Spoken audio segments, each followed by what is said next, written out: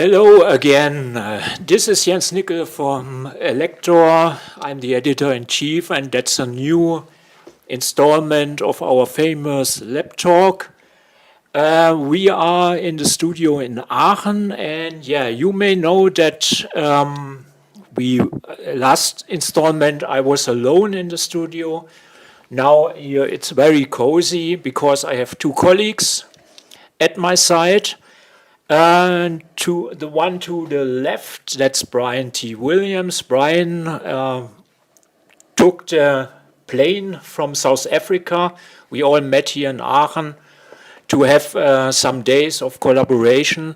And to my right is Saad Imtiaz from Pakistan. Yeah, Saad, you are new. Maybe you can, for those who do not know, maybe you can introduce yourself again. You are the new senior engineer at Elektor. Can you say maybe one sentence about your career? Yes, sure. So, hello everyone. My name is Saad Imtiaz. I'm a mechatronics engineer by profession, and I was CDO of a startup company in the past, and I also worked in some years in the aviation industry. It's really nice to be here.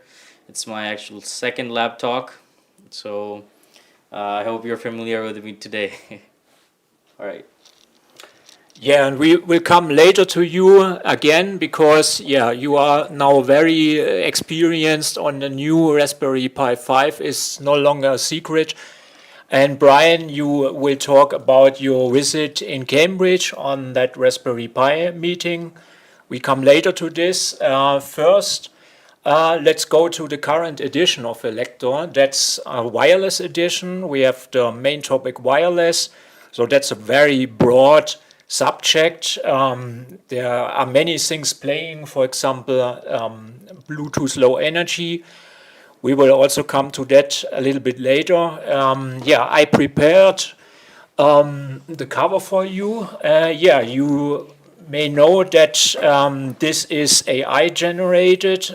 Brian, our art director Harman, he used Midjourney, and yeah, you also have some experience with Midjourney. You did a lot of trial.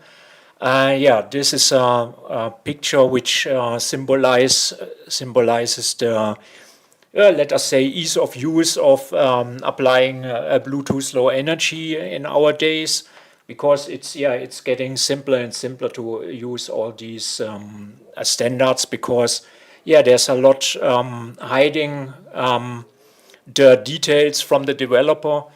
So you come easily to a wireless application. We also come a little bit later to this. Let us dive into the edition. We have a lot to offer you.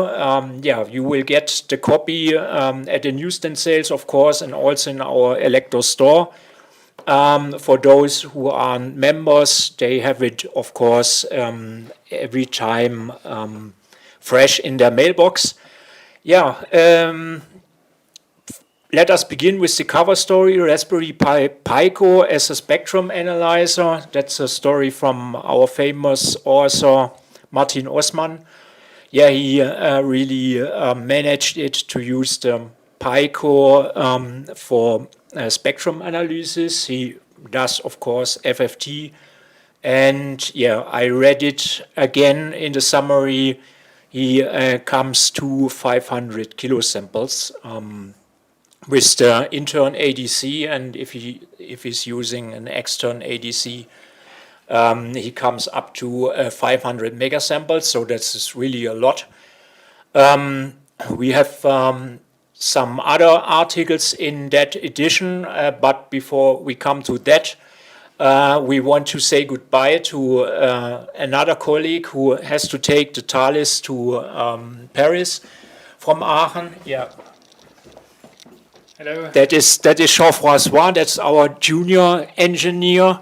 Of course, I have to switch to the main camera again because otherwise you won't see it. Jean-François, we will have also some articles in the upcoming editions from your side. Maybe you can say two sentences about these articles. Yeah, sure. Thank you. Hi, everyone. So this is J.F. Simon, I'm really excited to be part of the team now. And yeah, sadly I can't stay today, but I will for sure see you next time. And I have lots of projects about prototyping, tinkering with circuits, programming, Raspberry Pi, etc. So it will be great. See you guys. Thanks. Thank you and have a good trip home, Jean-François.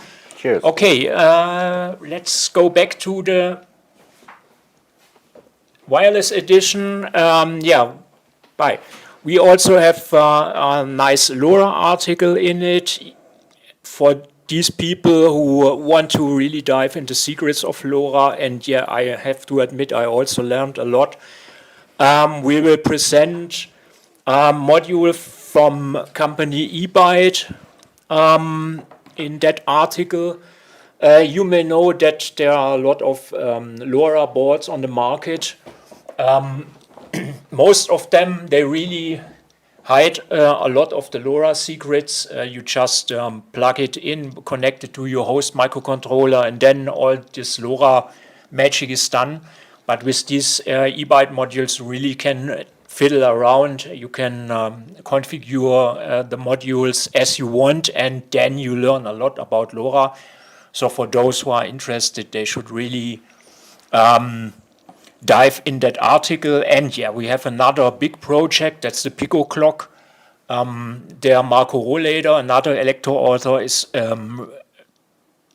creating the hardware for receiving time signals himself, really from scratch. He's creating an active antenna. He's using a mixer in a certain way. So that's also a really in-depth article, which are always very popular amongst our readers. So we really have a lot to uncover in that wireless edition. And we have even more, because we have a wireless contest. And yeah, I prepared another sheet for the wireless contest. It's from ST Microelectronics.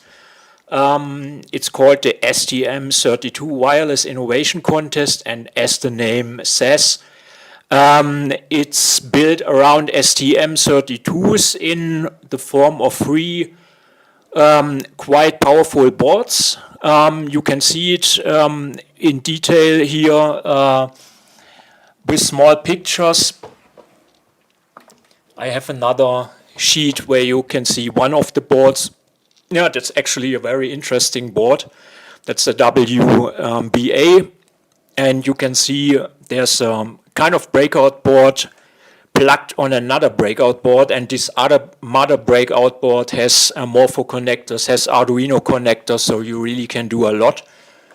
And yeah, the main processor is connected to BLE, or has a peripheral for BLE.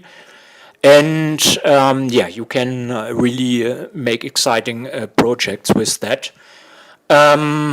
If you want to know more, there's a special link to that contest. You can apply for one of the boards, then you get it for free, or if you have it already on your table, you can participate.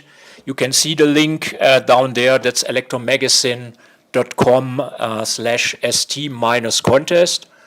Yeah, and you have enough time still. The submission deadline is February the 19th. Yeah, we come to the sponsor of today.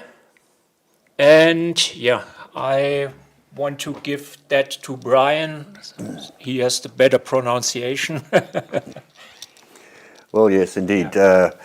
Our sponsor today is Elektor Nord, and I'm not sure if my pronunciation of German is better than yours, Jens, but as we see, with over 4 decades of innovation and expertise in PCB manufacturing, LPN, that's Elektor Nord, serves customers across Europe, bringing your designs to life with the latest technology. They don't just manufacture, they're your partner in the process, complementing your know-how with their seasoned experience to make sure your product is cutting edge. For more information, head over to their website at elektorplatten-nord.com. You see the spelling there on the screen. It's not just about creating PCBs, it's about creating partnerships for success. Okay, and directly after that, we come to the giveaway of today. How can it be something else than a Raspberry Pi 5? We have 5 Raspberry Pi 5s with 4 gigabyte, and you can apply for getting one on the link we showed there. It's electromagazine.com, Elektor Lab Talk giveaway. Please go immediately, apply for a board, and maybe you are one of 5 lucky winners. Raspberry Pi 5, that is the big subject nowadays. First maybe we come to Brian on the left side. Brian, you visited a big meeting, I think it was in Cambridge, in England, about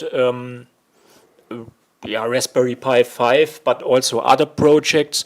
Maybe you can say something. What have you seen there? Have you had some interesting talks? Are there some news to say? Yes, it was actually a fascinating event from the 17th to the 19th of September in Cambridge in the UK. And we got to see some of the first Raspberry Pi 5s and even got our hands on them. That's a photograph I took. I got to speak to the CEO of the Raspberry Pi Trading, Mr.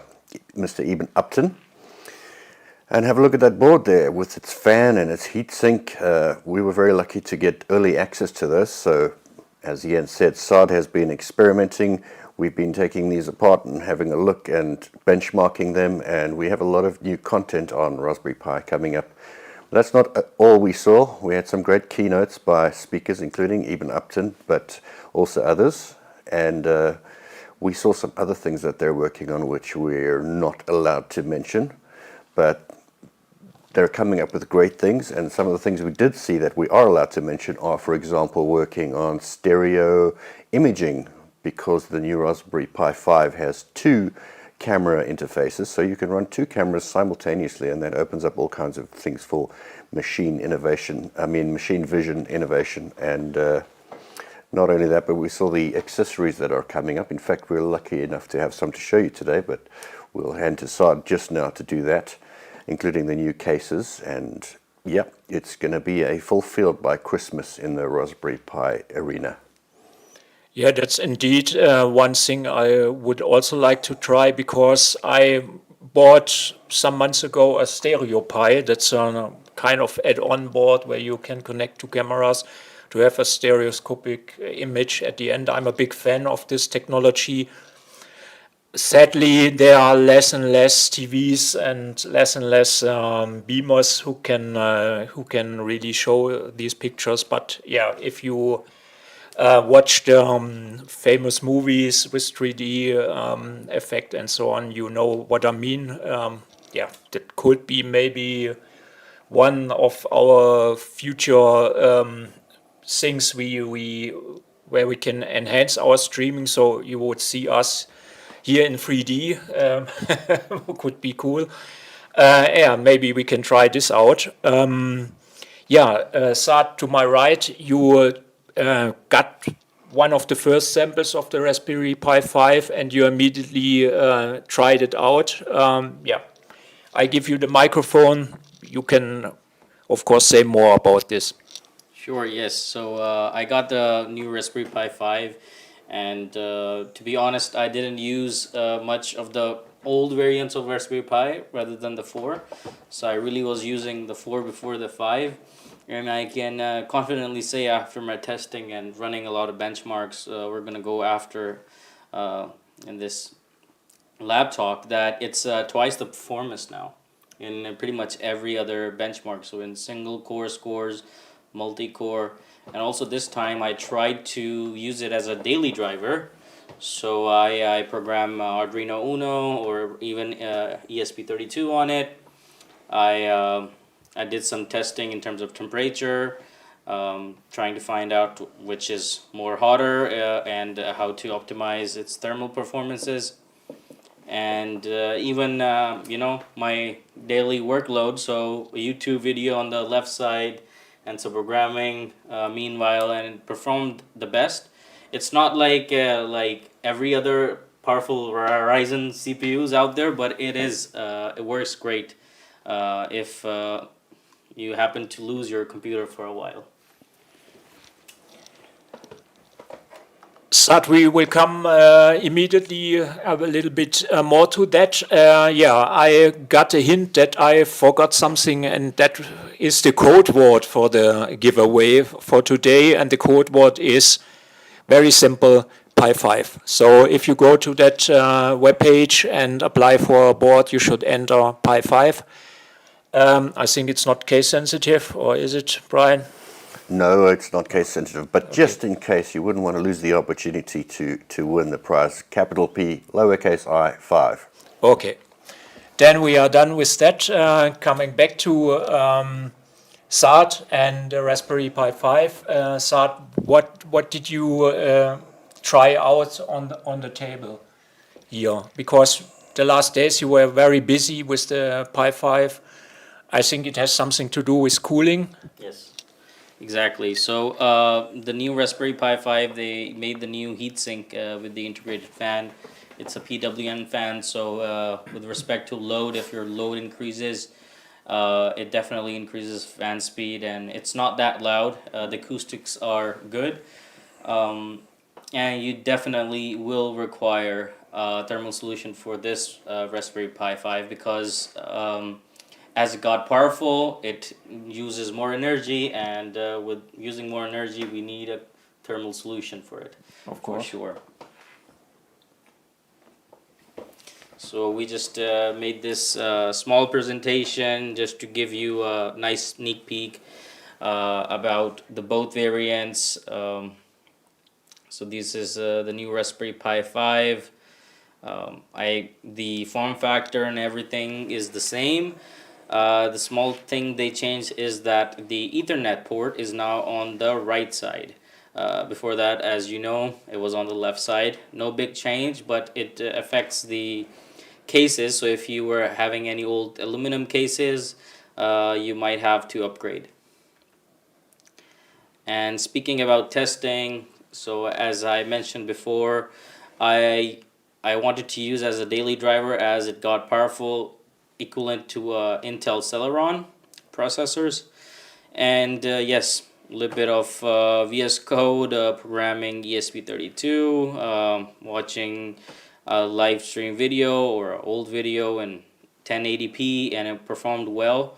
It was also quiet, and it was going good. And thermals, on average, it was about, I think, 56 degrees Celsius on full load with the fan running. Yes. So we did a little bit of benchmarks on the 5. So as you can see, single core scores are 586. I did it on the 8 gigabyte variant. According to my testing, if you do, of course it's a CPU based benchmark, so your RAM does not matter. So even if you have a 4 gigabyte or 8 gigabyte, the performance will be the same, as you will see in the next slide. So here, this is the Raspberry Pi 4. On the left side, we have the 4 gigabyte variant, and on the right side, we have the 8 gigabyte variant. As you can see, there's not much difference, but I think 4 GB one performed a little bit better. Very slightly better, but we can just give it the benefit of the doubt. But as the CPU is the same, the performance is the same. So let's just look at the scores and comparison of 5 and the 4. So in the Raspberry Pi 5, you can see 586 in single core score, and in the Raspberry Pi 4, 254. So that's twice right now. And even in the multi-core, it's more than twice, I believe. It's I think it's 120% improvement in the multi-core scores. If you look at single core performance, we'll just skip it to here. So as you can see here, single core performance, Pi 5 on the left side and Raspberry Pi 4 on the right side, and you can see pretty much on every performance scores, it's double, or sometimes it's even triple. Same about the multi-core performance, it's the same. So it's double in every way. So it's definitely a nice upgrade, as we know that it's relevantly better in terms of price to upgrade quickly, rather than just waiting for it to get out of stock. Yes. So coming to the thermals, so we, as we discussed before, that with performance, twice the performance, but we don't have twice the temperatures. The temperatures are pretty much going nice. This is the Raspberry Pi 5 thermal imaging without the cooling. So as you can see, the CPU is running, this is actually maximum load. So what I did was I was running YouTube video on 1080p, and I was also running full 4-thread load on the CPU, and it just went till 67, and I think at some point it hit 70, but at that time it just clocked down, I believe. The more more on that later. So this is the 4 without cooling, and it's 64 degrees Celsius. They're pretty much the same. There's a 5-degree difference overall. And this is with the cooling. So as you can see, with the cooling, the backside, as it also covers the power supply of the Raspberry Pi 5, it also cools it down as well. So the Raspberry Pi 5 also has a very beefy power supply, I would say. Without cooling, it goes till 70, but it still works great. And with the cooling, it doubles down to 41 or 45 degrees Celsius, depend on where you're taking temperature, and it performs really well. So I definitely recommend that we get the heatsink designed by the Raspberry Pi, and also if there might be other heat sinks available as well as we move on. And did you do your testing with the new Raspberry Pi 5 volt 5 amp power supply? Yes, definitely. That was supplying the both. So Raspberry Pi 4 and Raspberry Pi 5 both were powered by the same power supply, and they were powering output on a 4K monitor as well. Wow. Same I would say configurations for both. And so I just wanted to keep the lab temperature was also the same. So yeah, pretty much everything the same. And one last thing, so I didn't use a thermal imaging before, and I was more with the thermocouples down to the surface. As you can see on the screen, the CPU seems very cooler than the rest of the board, and this is the reason why that the thermal imaging really depends upon the reflective surface. So if your surface is reflective, it might give you false temperature results. So if a surface is shiny or white, it is highly recommended that you paint it black, or you just put a tape on it and you will get the right temperature. So that's all. That's good to know. I would have thought the CPU was running cold. No, it's not. It's absolutely not running cold at all. Saad, what do you think? What is the main feature besides more power, more computing power? The main new feature of the Raspberry Pi 5? Well, according to Raspberry Pi, they made the new North Bridge, which actually they increased the I/O capability. Now it can support M.2, and now we don't have the testing results here, but I certainly believe that's going to be twice the speed or even more than that, rather than we're doing on the SD card. So that will be really interesting. And also with the dual cam, I think you can have 360 imaging as well. Some projects can support that. Yeah, I think in practice we've seen 2 to 3 times the speed on the micro SD card slot, depending on what kind of card you've got. Yes. What would be the first application, the first real application you would realize with the new Raspberry Pi 5? Have you struggled with some bottlenecks of the Raspberry Pi 4? Yes, of the Raspberry Pi 4 or the 5? Yeah, the 4. Yes, 4, of course. I mean, if you want to use it on certain applications of low base CPU loads, it works fine. It's like I was running Home Assistant on it, and it was working great on that workload.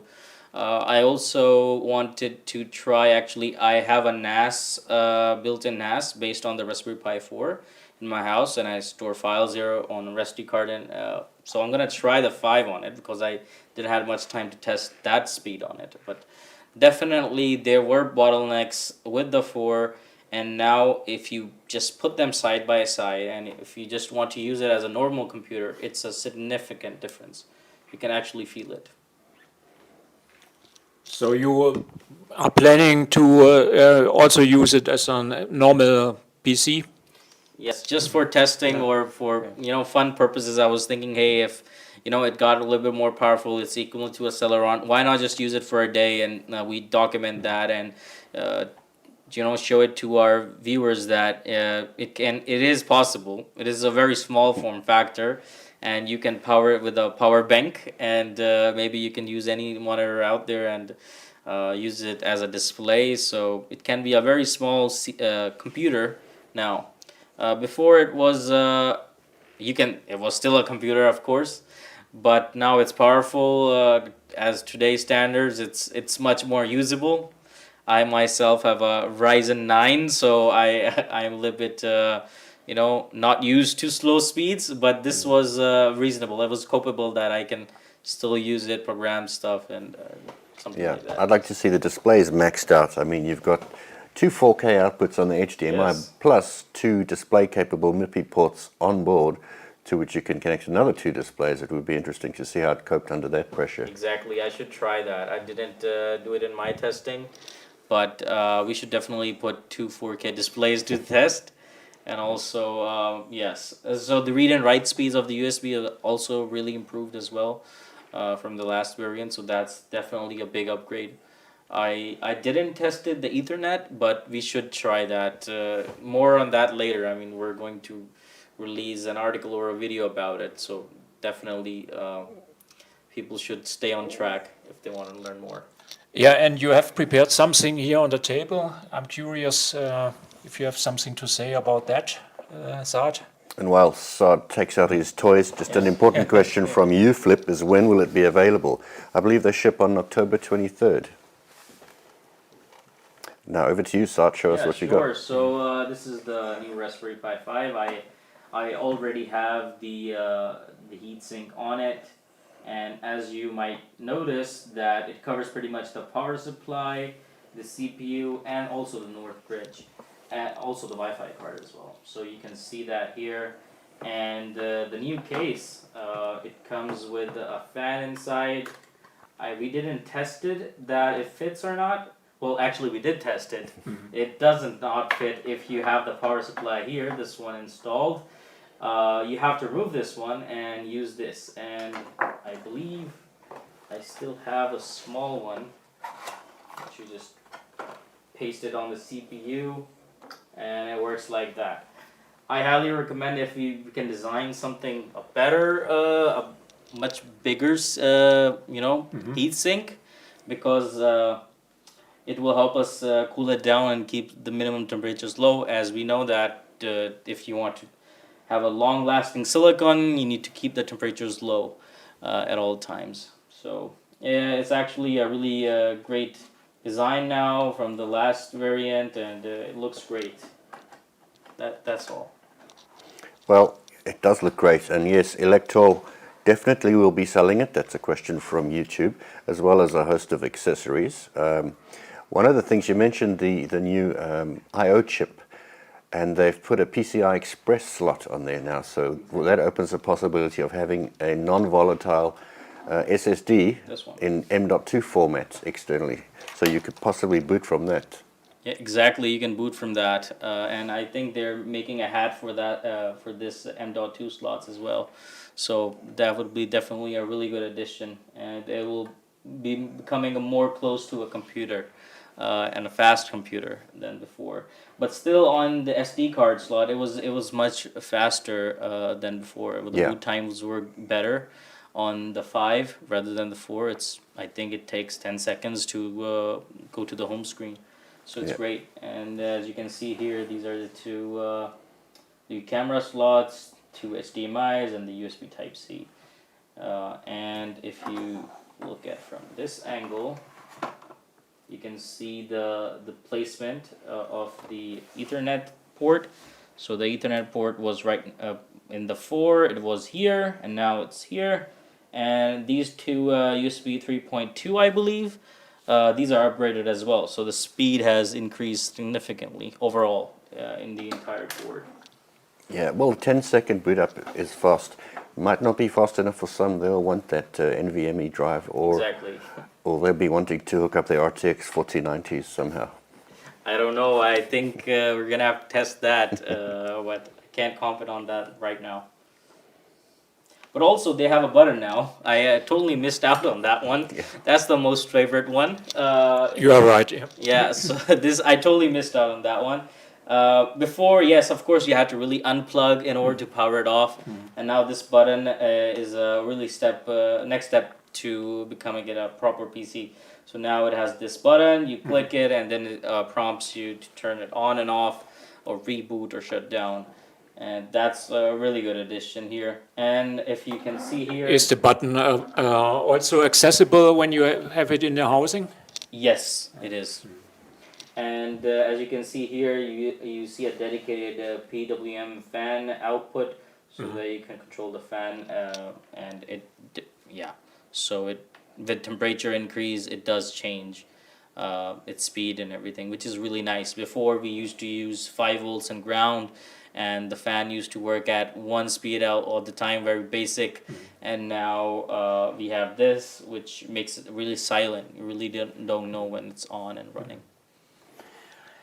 Brian, there is also a new feature, something as every piece is now equipped with a unique identifying number. Did they Correct. talk in Cambridge something? Why did they do it? What's the advantage for them or for the users? I think it's an advantage for everyone. Firstly, the end user, if you need support, you can go back and they can follow the exact chain, exactly which retailer you bought it from, which reseller you got it from, and they can track down any problems. And also, it helps you when you're buying the product to make sure that you got it from a legitimate source and it is real. On the board itself, there are actually some resistors. I think they're hidden by the fan there in our picture at the moment. But the resistors help you to identify which RAM variant you have. So there's 8 gig, 4 gig, 2 gig, and 1 gig.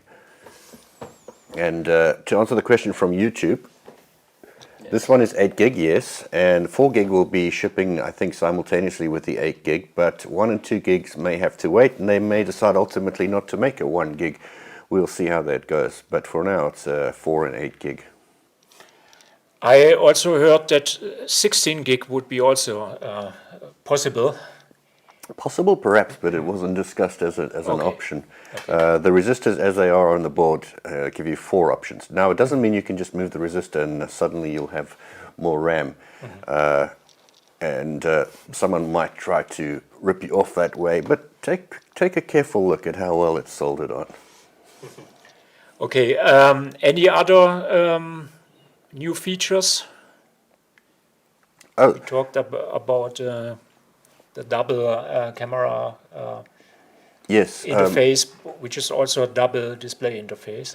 Yes, so you could have 2 displays, 2 extra displays, or you could have 2 cameras, or you could have 1 display and 1 camera. So it opens up without having to have special extra interfaces. You could put it in a vending machine that could do facial recognition, or you could use 2 cameras on an assembly line to monitor products as they go by. I mean, I think time will tell what exciting new applications will come up, especially in the maker community, because they always come up with the best stuff. Although I'm sure there are some industrial engineers, they're just itching to get their hands on it because of some of the stuff they can do in the factories and warehouses and so on.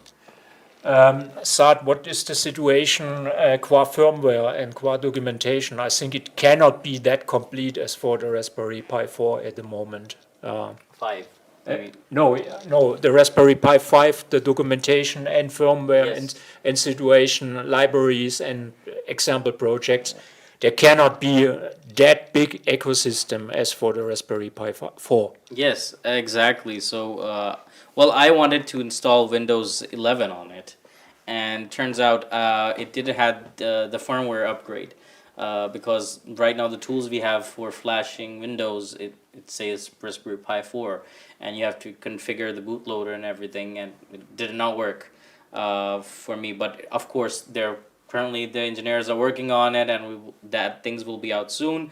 But right now we just running a beta build for the Raspberry Pi 5, and yes, it works on the 4 as well. So if you ask that which Raspberry Pi version I was using the same SD card, and I installed it on the 4 and also on the 5, and it was working perfectly on both sides. The only thing, I think the tools and everything and the flash just need to be updated in order to use it. But yeah, now right now it's a new board out just out, and hopefully everyone would really love to get their hands on it and start developing new projects and new libraries and firmware for it, for sure. Yeah, and there's a comment from the chat room, and this is from Mohammed, and if it's Al Mohammed, then he probably knows. 1 and 2 gig is planned for 2024. 2 weeks ago at the event, they said 2 gig would likely come, and they weren't sure about 1. Oh, all right. Yeah, I think it's our colleague, so he should know. He's from the store. There's another question from Adalbert. Is 4 gigabyte RAM enough for modern full Linux? Saad, you may... Exactly, yes. Yes, so if you test, I actually tested on 8 gigabyte, but I actually used a Raspberry Pi 4 with 4 gigabyte RAM. And as we looked at the benchmarks, it does not represent actual real life load, but it's a score. So based on that, you can make your decision. The RAM is definitely for different type loads, but for main performance, it was not a huge difference. If I try a Raspberry Pi 4 gigabyte, and I try a Raspberry Pi 4 with 8 gigabyte, depends upon how much like tabs I open in the browser, or what type of machine learning code I run on, and something like that. But for normal Linux distribution running, it'll work great. Right now it has a better CPU, so I think it will be much better than the Raspberry Pi 4. Yeah, definitely better.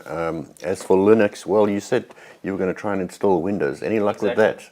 Well, exactly as I mentioned before, the flashing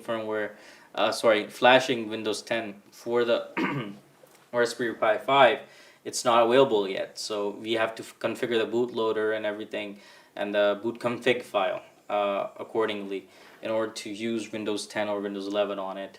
So I can't wait till they fix this or add this new addition to the Windows installer, so I can try Windows 11 on it. That would be really nice. A very small CPU, based on the Raspberry Pi 5. Look, we love Linux, but most people are Windows users, and if they could get Windows on a tiny little form factor, then that would be very interesting. Yes, like Windows IoT it's of course, and other things as well. So it can run Linux, it can run Windows. It has multiple applications for sure. There's a very special question from Gert. Will it meet Class B emissions for uses in wireless apps? Can you repeat the question? I didn't get it. Will it meet Class B emissions for uses in wireless apps? I cannot comment on that. I am not knowledgeable in wireless. I am a mechatronics engineer, so my expertise in embedded systems and robotics. So maybe we'll find out in the coming weeks. Yeah, well, they do have a big compliance department, and I met their main compliance guy, and they've got to jump through so many hoops to get FCC compliance, CE compliance, which they've done. But then, for example, coming to where I live in South Africa, the Raspberry Pi 5 won't officially be available immediately, because then it has to go through a regulator there called ICASA, which apparently the European regulations are not enough. They still have to go through more hoops to get into South Africa. Interesting. Okay, definitely a subject we will cover also in the next upcoming subjects. To the max, we will definitely also have a Raspberry Pi 5 project. We talked about the wireless edition, which is currently available. We worked a lot also on the upcoming editions. First, to tell, it's the November-December edition. It's about prototyping. We will have a lot about tools for developers with and without artificial intelligence. There will be a big story from our regular author Tam Hanna about prototyping with the help of Google Bart and with Flux, and many other stories.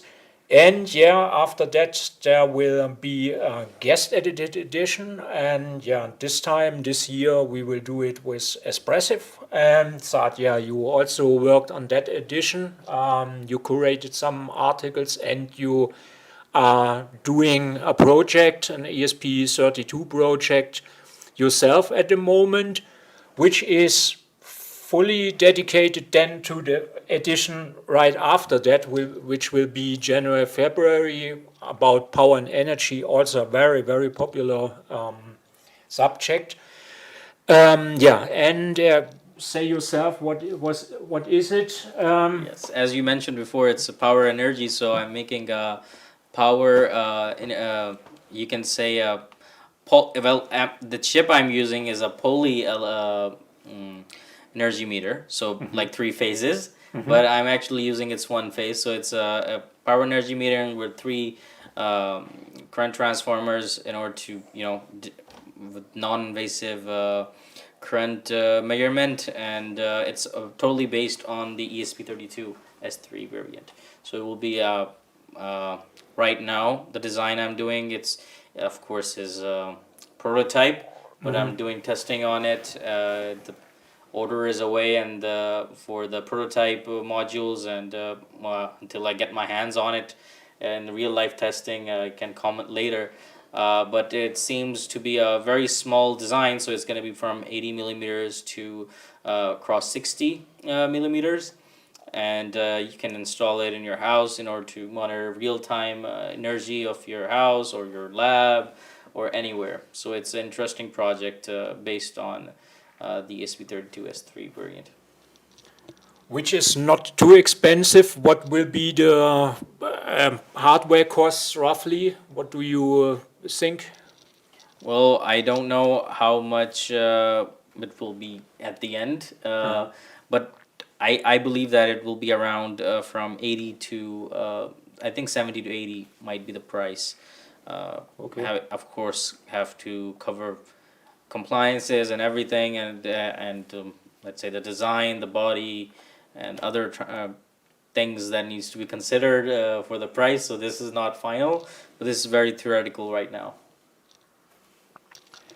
Yeah, as you can see, many interesting things we will cover in the next editions, and we are coming to the end of this show. We have 3/4 of an hour, which is our default time. It was fun with you at my side, guys. I would wish that we could meet more often in Aachen. Maybe this will be possible in the future also. But okay, first you will fly back to Pakistan and South Africa. I think you will go end of the week, Saad. Hopefully, yes. And Brian, you also. So yeah, we'll spend 2 additional days together here in that lab. And we all will see each other again. Qua planning in about 1 month, where we will talk about prototyping and production and that edition. You will find everything about the next shows, not only our show, also the Elektor Engineering Insights. On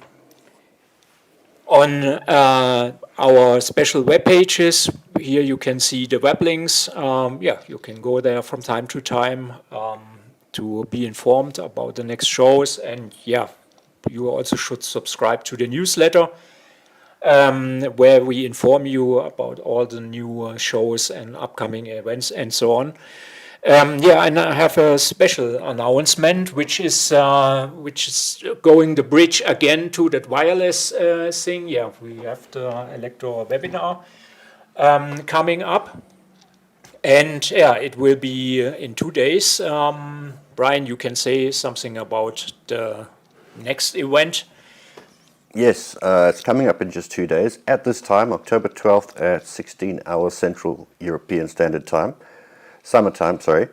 And we are looking at reverse engineering Bluetooth low energy devices with Kun Verfloesem. Excuse me if I mispronounced that Dutch name, but Kun's been writing about Linux and open source software and security and home automation and all of these things for more than 20 years. And he's a teacher, and he'll be taking us through several things like investigating device characteristics on Bluetooth low energy and sniffing BLE traffic. That's very useful for me. In the past, I've wanted to get data from proprietary Bluetooth devices, but they wouldn't pair with my Raspberry Pi or my Arduino or whatever.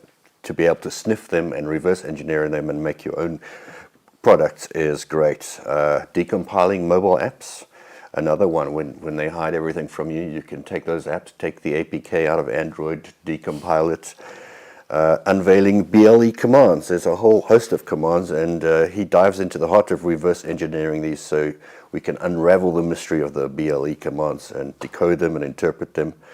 And basically, we'll be getting some hands-on experience through demonstrations and interactive exercises. So go ahead, watch the webinar and put your newfound knowledge to the test as you step into the shoes as a reverse engineer. Some would say hacker, but we'll say reverse engineer. Yes.